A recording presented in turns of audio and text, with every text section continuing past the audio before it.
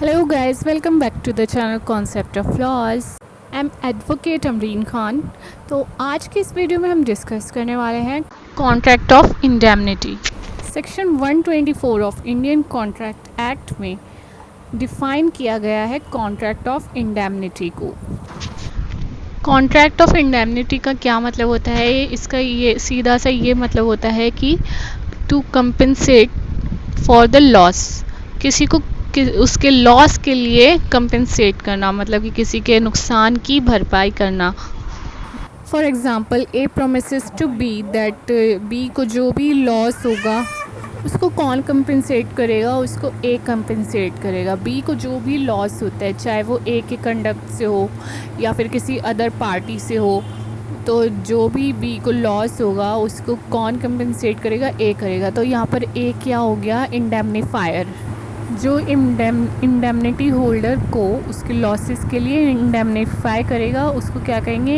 Indemnifier. तो यहाँ पर इंडेमनिटी होल्डर कौन हो गया? बी हो गया। और जो इंडेमनीफायर है वो कौन हो गया? ए हो गया, जो कि बी को इंडेमनीफाई करेगा उसके लॉसेस के लिए। तो यहाँ पर ए हो गया प्रोमिसर और जो बी है वो हो गया प्रोमिसी। तो बी को इंडेमनिटी कौन देगा? ए देगा, जो कि प्रोमिसर है, जिसने प्रॉमिस किया है इंडेमनिटी देने का अगर उसको कोई भी लॉस होता है। तो इनके बीच में ये एक स्पेशल कॉन्ट्रैक्ट हो गया जिसको कि कहेंगे कॉन्ट्रैक्ट ऑफ इंडेमनिटी। इंडेमनिटी क्या है कि ये स्पेशल कॉन्ट्रैक्ट्स में आता है। इसके जो एसेंशियल्स हैं उसको अब हम डिस्कस कर लेते हैं कि क्या क्या एसेंशियल्स हैं कॉन्ट्रैक्ट ऑफ इंडेमनिटी के। तो फर्स्ट है लॉस टू प्रोमिसी इसेंशियल। तो यहाँ पे क्या चीज़ इसेंशियल है? जो प्रोमिसी है उसको कोई लॉस हुआ हो, कोई लॉस होना चाहिए। फॉर एग्ज़ाम्पल जैसे कि ए एक पर्सन है जो कि एग्री करता है बी के लिए एज अ कमीशन एजेंट वो वर्क करेगा इन सर्टेन ट्रांजेक्शन्स। तो उस ट्रांजेक्शन में जो भी लॉस होगा तो उसको कौन कंपनसेट करेगा? बी करेगा। बी इंडेमनीफाई करेगा ए को उन लॉसेस के लिए जो भी उस ट्रांजैक्शन में होंगे।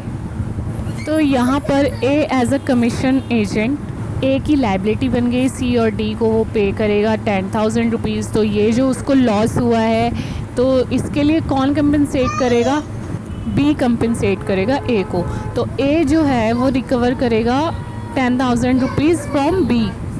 सेकेंड एसेंशियल है consideration must be lawful. Consideration जो होगा वो लॉफुल होना चाहिए। तो ये तो किसी भी एग्रीमेंट की कॉन्ट्रैक्ट होने का एक एसेंशियल एलिमेंट है कि जब वो एग्रीमेंट किसी लॉफुल कंसिडरेशन के लिए होता है तभी वो एक वैलिड कॉन्ट्रैक्ट माना जाता है।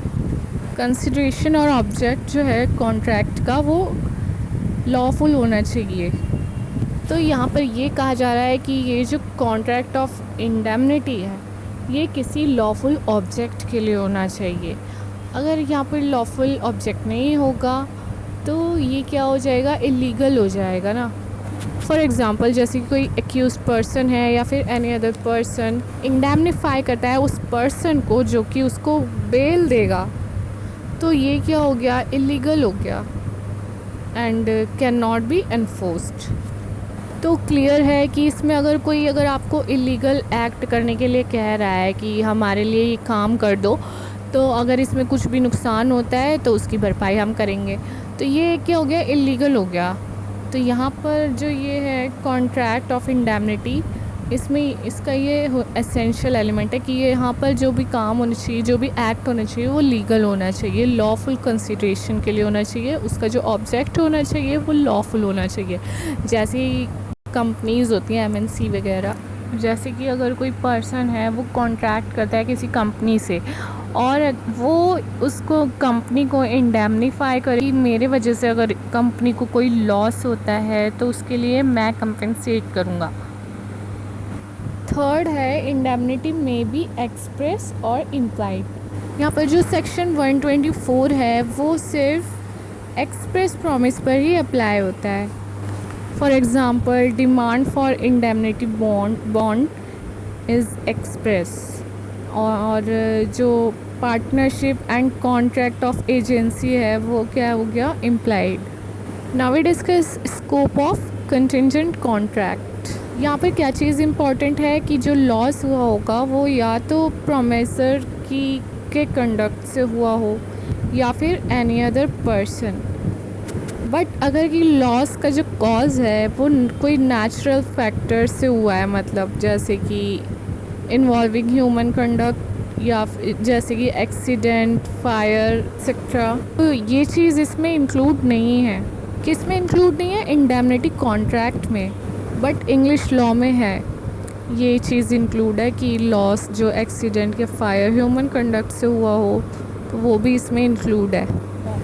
जैसे कि कॉन्ट्रैक्ट ऑफ इंश्योरेंस है, ये एक एग्ज़ाम्पल है इंग्लिश लॉ का। तो यहाँ पे क्या होता है कि जो एक्सीडेंट या फायर इस सब से जो लॉस होता है तो क्या कंपनी उसको कंपनसेट करती है, इंश्योरेंस कंपनी, जो कि एक कॉमन एग्ज़ाम्पल है कॉन्ट्रैक्ट ऑफ इंडेमनिटी का under the English law. This is not covered by the Indian contract act. Indian contract में क्या दिया हुआ है कि अगर जो लॉस जो है उसका कॉज या तो प्रोमाइज़र खुद होगा या फिर एनी अदर पर्सन होगा। इसमें अगर लॉस हो जाता है ह्यूमन कंडक्ट से, एक्सीडेंट, फायर एट्सेट्रा, तो उस चीज़ में वो कंपनसेट नहीं करेगा।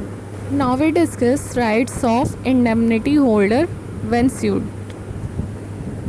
इंडेमनिटी होल्डर कौन है? प्रोमिसरी, जो कि प्रोमाइज़र से रिकवर करने के लिए एंटाइटल्ड है। वो क्या रिकवर करेगा? इंडेमनीफायर से वो क्या रिकवर करेगा? All damages, all costs, all sums, ये सब जो है वो उससे रिकवर करेगा जिस चीज़ का उसने प्रॉमिस किया था, जिस चीज़ पर कॉन्ट्रैक्ट था।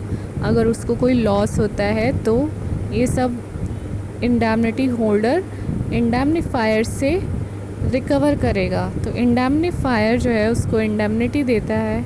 आई होप कि आपको इतना क्लियर हो गया है। तो नेक्स्ट वीडियो में हम मिलेंगे जिसमें कि हम कवर करेंगे कि इंडेमनिटी और गारंटी में क्या डिफरेंसेस हैं। सो गाइस, मिलते हैं नेक्स्ट वीडियो में, तब तक के लिए बाय बाय, टेक केयर।